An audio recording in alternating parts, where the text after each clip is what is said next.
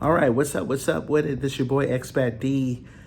Today, I want to talk to you about the one thing that I would have done differently if I would have started and planned this expat journey from scratch all over again. Okay, the one thing that I would have done differently, and this is really important because I hear it all the time when I hear from different travelers and they say something that I don't really agree with and I don't believe that is practical.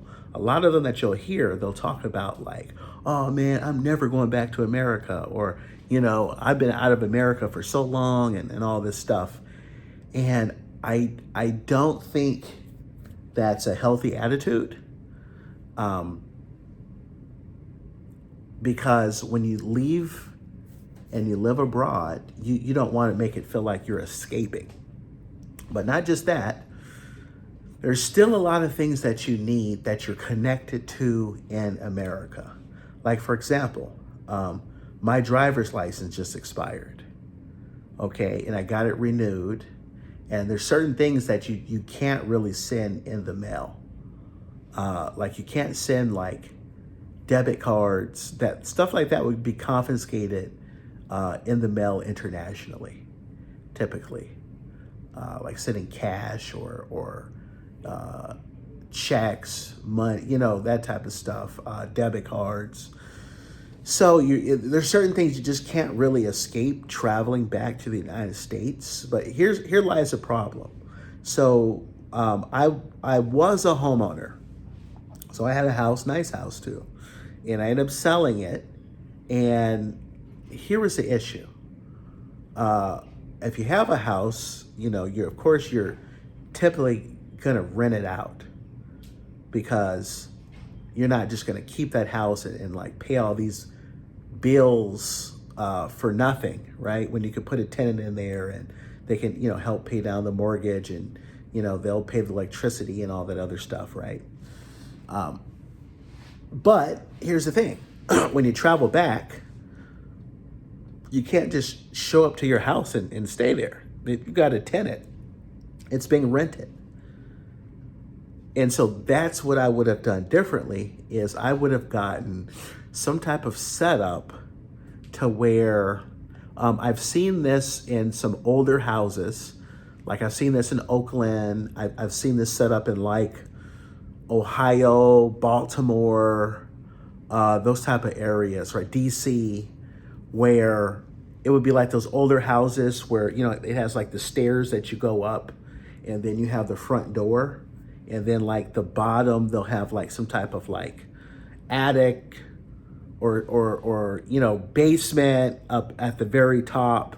And that could be converted into kind of like an efficiency or something like that, or like a little apartment to where you're renting the whole unit out, but you have like a spare like efficiency or something that you can use when you travel back to have for you to stay in, right? And then if it's a situation like that, you even can, depending on how it's set up, you could maybe even keep a car or something in the backyard, so that would be very helpful so that when you come back to the States, it could be very expensive if you need to rent a car and you need to rent a hotel or an Airbnb.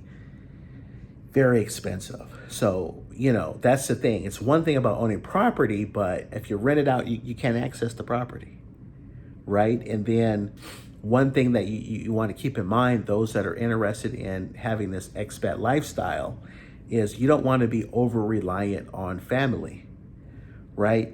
Typically, where, you're asking your family to keep your mail or run certain errands for you or, fill out this paperwork for you or, fax this over to you or send this. And it's kind of like, after a while, they may start to resent you for it.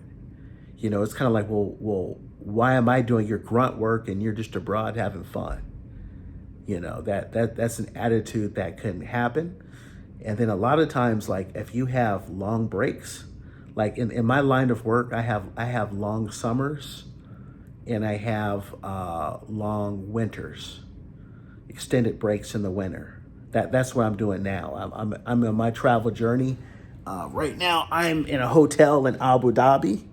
Here's the back. You know, sometimes you see people and they're talking about traveling, and I know from my channel, I feel like I've been doing a lot of yapping, but it's kind of like, okay, are you actually traveling? Are you talking about traveling, right? So I'm in my travel season now, so I have a lot more exciting content coming out over the next couple of weeks. But back to the point, you don't want to be over reliant on people, and it's good to have a setup to where, you know, if you have your own place, but then you also have tenants, and you can kind of get in and get out in a cheap way, you know.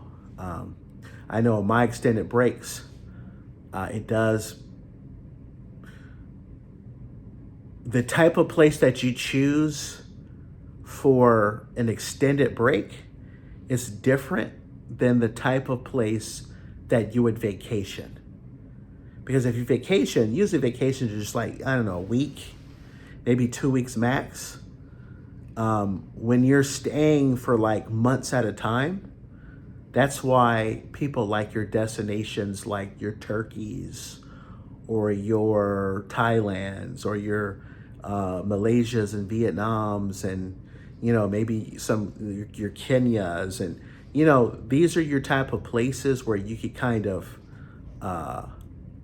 you could stay for cheap, and you could get in and get out easy. That's one disadvantage you have in America. In America, everything is a contract. You know, you show up and it's like, you need a phone, right? You need phone service. Oh, you got to sign a contract for that, right? You need a place to stay. Oh, you need a contract, right? You need a lease, right? You need a car. Oh, you need a contract for the car, right? You know, car loan, car payment, So it's very tough to, like, I'll give you an example. A lot of years I spent in Thailand over the summer, and, you know, you show up in one day and you get your little Airbnb cheap, rent your little motorcycle for about $3-4 a day. So you got your transportation, you got your spot. You know, you get you get your little prepaid SIM card, and you rolling. You in the game. You might get your little month-to-month gym membership. You rolling.